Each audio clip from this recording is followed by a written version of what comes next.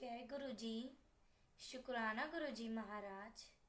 अनंतम अनंतम शुक्राना मेरे महाराज का। जय गुरु जी साथ संगत जी। आज हम गुरु जी ब्लेस्ड दिव्य आभास सत्संग गुरु अनुकंपा संपूर्ण परिवार पर का अध्ययन करेंगे। शुक्राना गुरु जी महाराज। भूल चूक माफ करना मेरे गुरु जी महाराज। भूल चूक माफ करना साथ संगत जी। मुझसे पढ़ने में कोई गलती हो जाती है, मैं क्षमा चाहती हूँ। जय गुरु जी। शुक्राना गुरु जी। ओम नमः शिवाय। शिव जी सदा सहाय। ओम नमः शिवाय। गुरु जी सदा सहाय। जय गुरु जी। शुक्राना गुरु जी।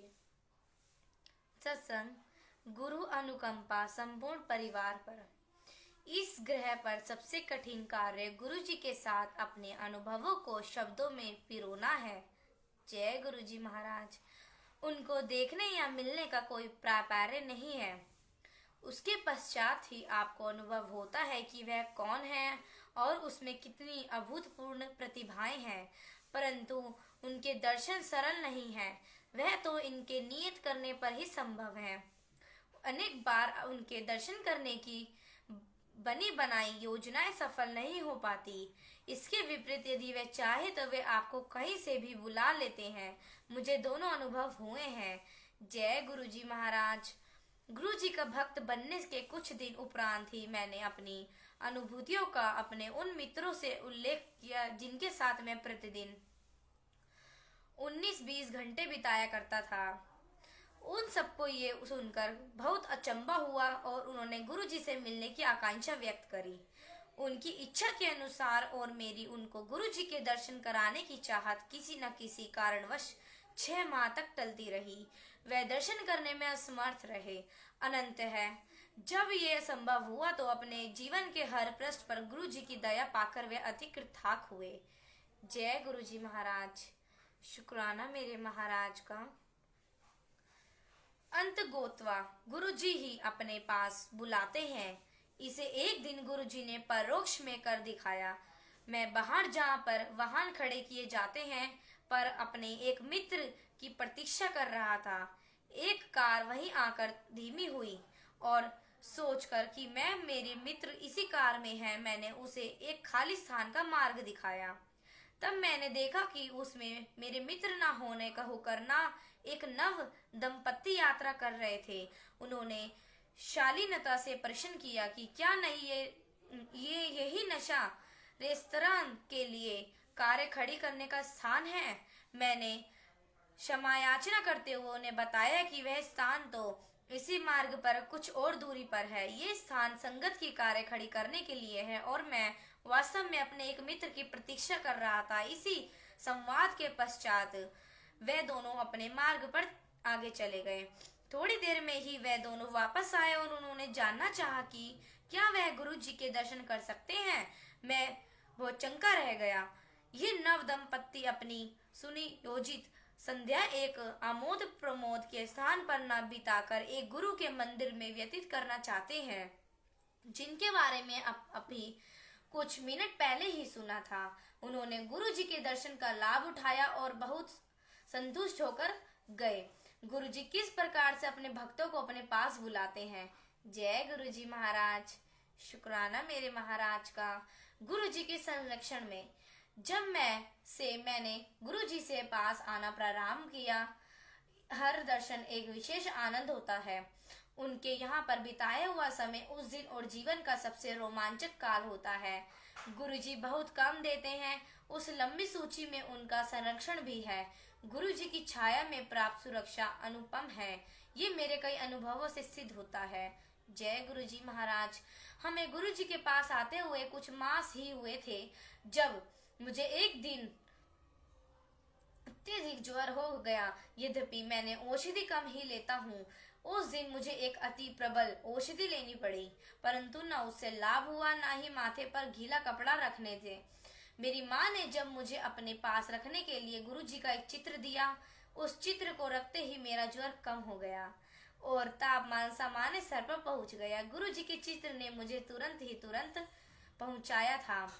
एक बार महाविद्यालय में मुझे अचानक ही तीव्र पेट दर्द प्रारंभ हो गया। उसके साथ ही मुझे उल्टी भी हुई और जी मितलाना भी आरंभ हो गया। जब तक मेरे मित्र मुझे लेकर घर पहुंचे, मेरे पिता गुरुजी के यहाँ जा चुके थे। मेरे दो मित्रों ने मेरे पिता के वापस आने तक रुकने का निर्णय लिया और मेरी लगातार बिगड़ती स्थिति देखकर उन्होंने मेरे पिता को फोन किया।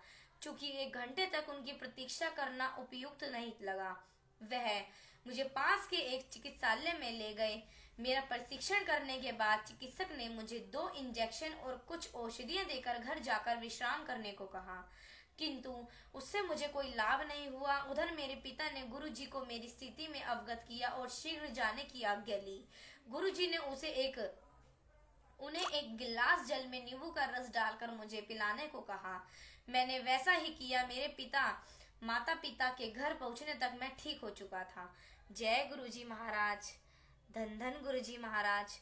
कुछ वर्ष के उपरांत मुझे पुणे ज्वर ने घेर लिया। जब 2 दिन तक शाम के तापमान 908 डिग्री तक चढ़ने लगा, मुझे चिकित्सक को दिखाना आवश्यक हो गया। एक चिकित्सक ने मुझे औषधि दी। उसने लाभ न होने पर कुछ परीक्षण भी करवाए, पर उनका परिणाम अनिर्णित रहा। एक अन्य चिकित्सक ने औषधि में परिवर्तन किया, पर उससे भी कोई सुधार नहीं हुआ।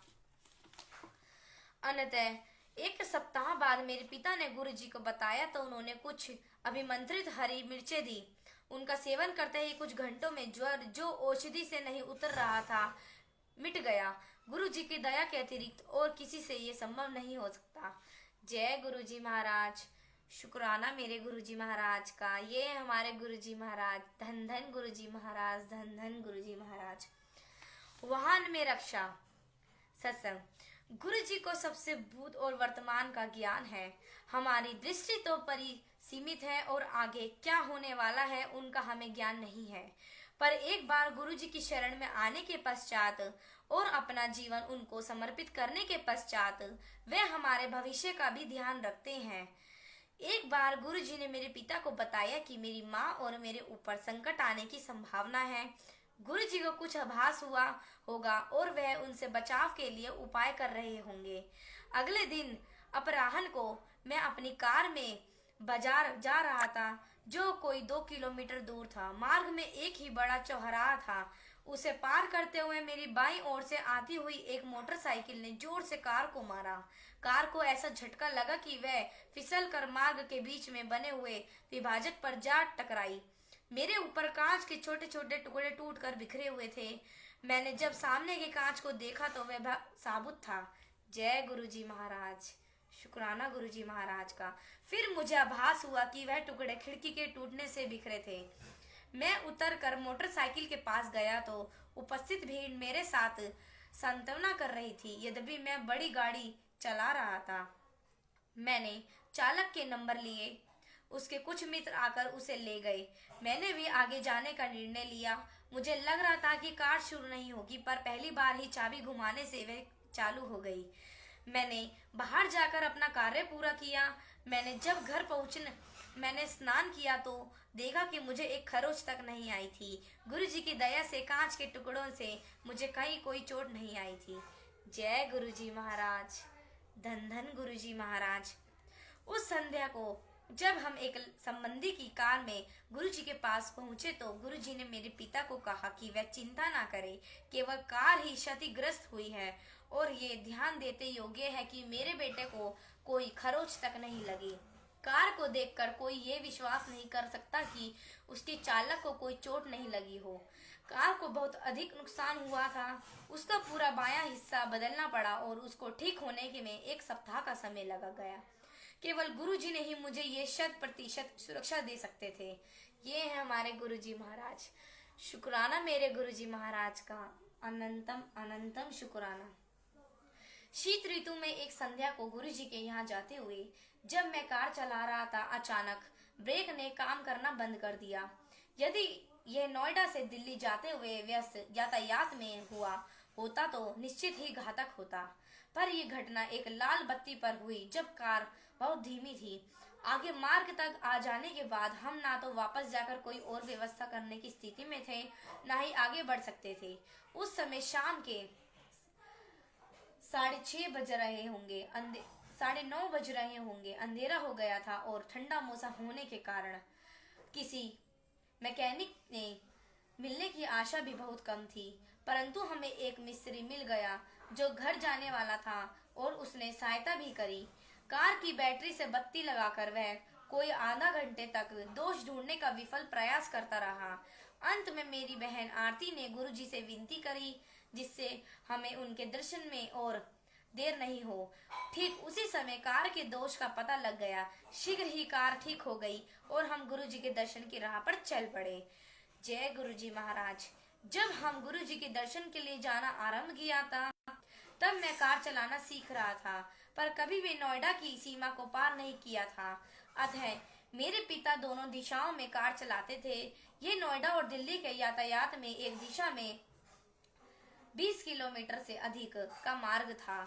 उनको एक बार कार्यवश चंडीगढ़ जाना पड़ा और हमारे पास उनके वापस आने तक गुरुजी के पास जाने का कोई विकल्प नहीं था।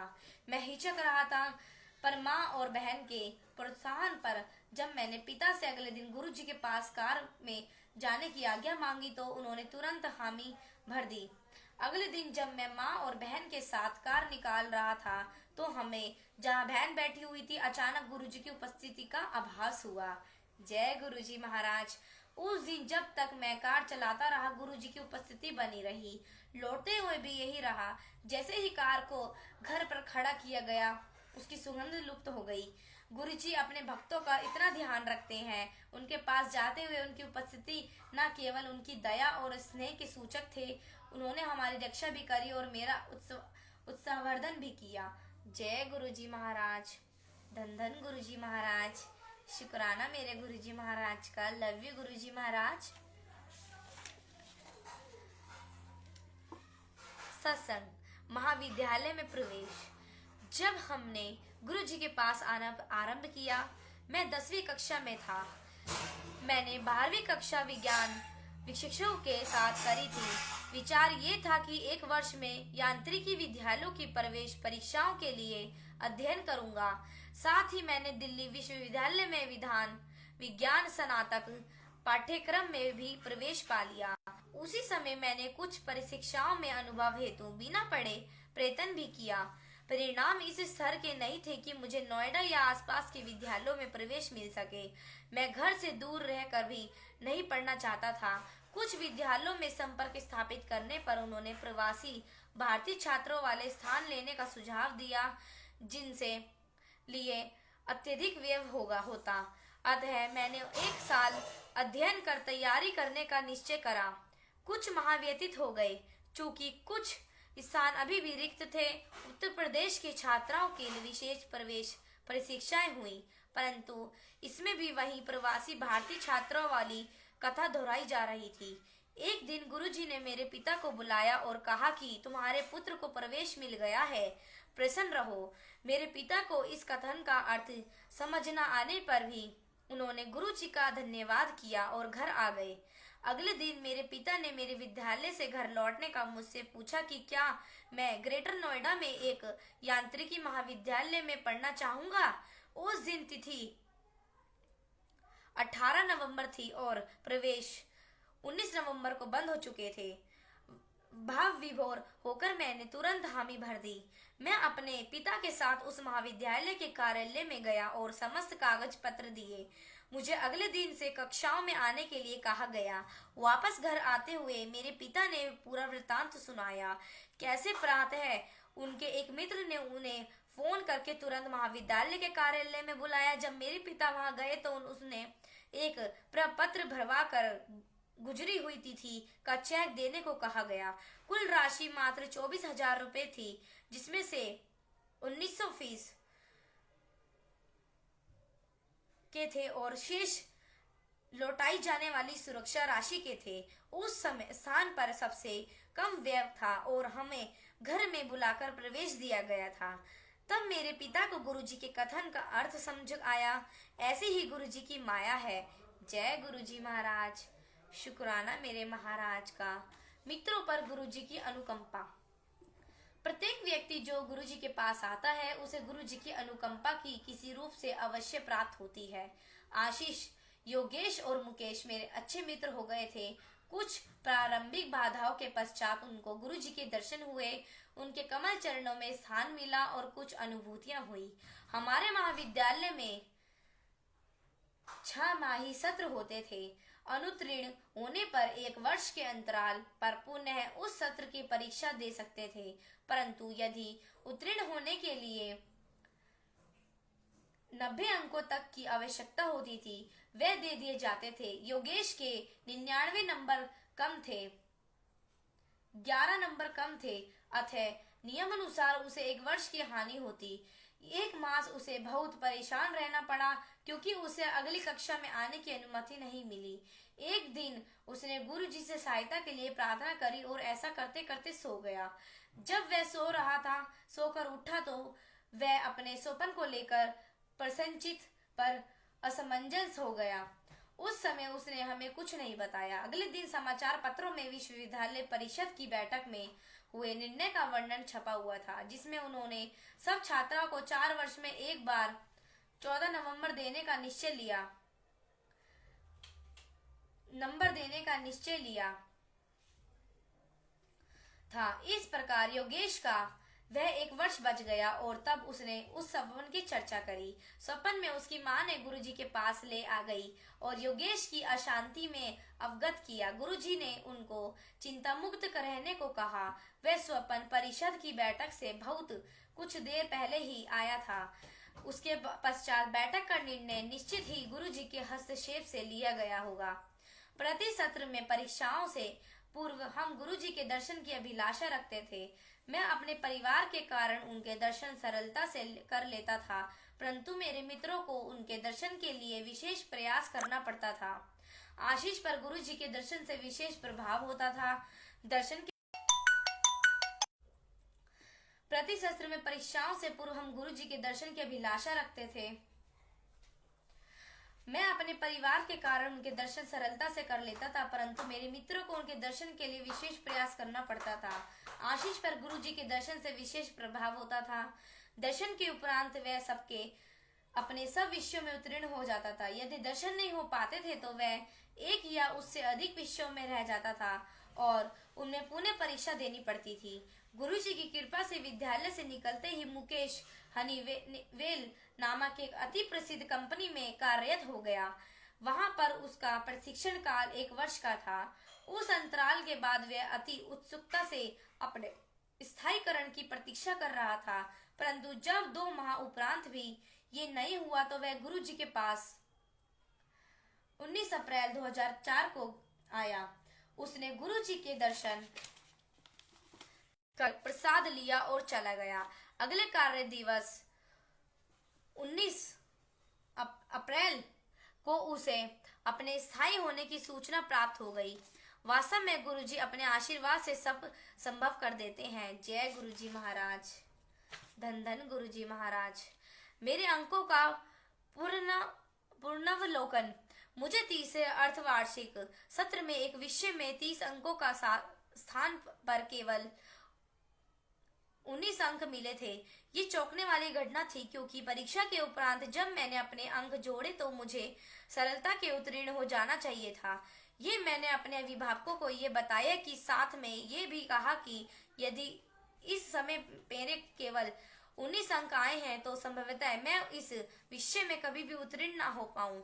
मेरे पिता ने जब ये बात गुरुजी को बताई तो उन्होंने पुनः निरीक्षण का आवेदन करने की सलाह दी।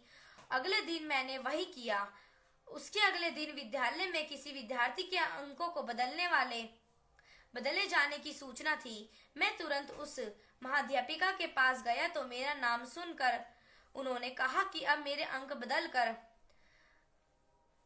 24 हो गए हैं। अति प्रसन्न होकर मैंने पुनः निरीक्षण का आवेदन वापस ले लिया और गुरुजी का हार्दिक धन्यवाद किया। जय गुरुजी महाराज। धन धन गुरुजी महाराज। बाद में हमें पता लगा कि संपूर्ण राज्य में जहां 1920 के आसपास महाविद्यालय हैं, और प्रत्येक में कई सौ विद्यार्थी हैं। केवल 5 विद्यार्थियों के अंक परिवर्तित हुए हैं और सबके ऊपर की ओर संशोधित नहीं हुए थे। गुरु कृपया से मैं अत्यंत भाग्यशाली था। जय गुरु जी महाराज। शुक्राना मेरे गुरु जी महाराज का। मेरे इन थोड़े से अनुभवों से गुरु जी की असीम क्षमता और निस्वार्थ भाव से अपने अनुयायियों को सदा आश्चर्य देने की परंपरा दृष्टिगोचर होती है। जब भी कोई भक्त अपनी व्यथा में गुरु जी से प्रार्थना करता है, गुरु जी का सदा उसकी सहायता करते हैं। मूल सार यही है कि ये जीवन गुरु जी को समर्पित कर दें। वह तो प्रेम और स्नेह के अंतहीन स्रोत है। प्रार्थना करता हूँ कि उनकी हितकारी दृष्टि सदा हम पर बनी रहे और हम सदा अपने चरणों में वह हमें अपने चरणों में स्थान देते रहे। जय गुरु जी महाराज। शुक्राना मेरे महाराज का। अनंतम अनंतम शुक्राना गुरु जी महाराज। आपका लख लख शुक्राना गुरु जी महाराज। आपने ये ब्लेस्ड बुक दिव्या हवा पढ़ने की सेवा बख्शी। भूल चुक माफ करना मेरे गुरु जी महाराज। आपका बहुत बहुत शुक्राना हम सबको अपने चरणों से लगाए रखने के लिए मेरे मालिक। सबको अपने नाम की सेवा बख्शना मेरे मालिक। शुक्राना गुरु जी। धन धन गुरु जी महाराज। सब भला हो मेरे महाराज। शुक्राना।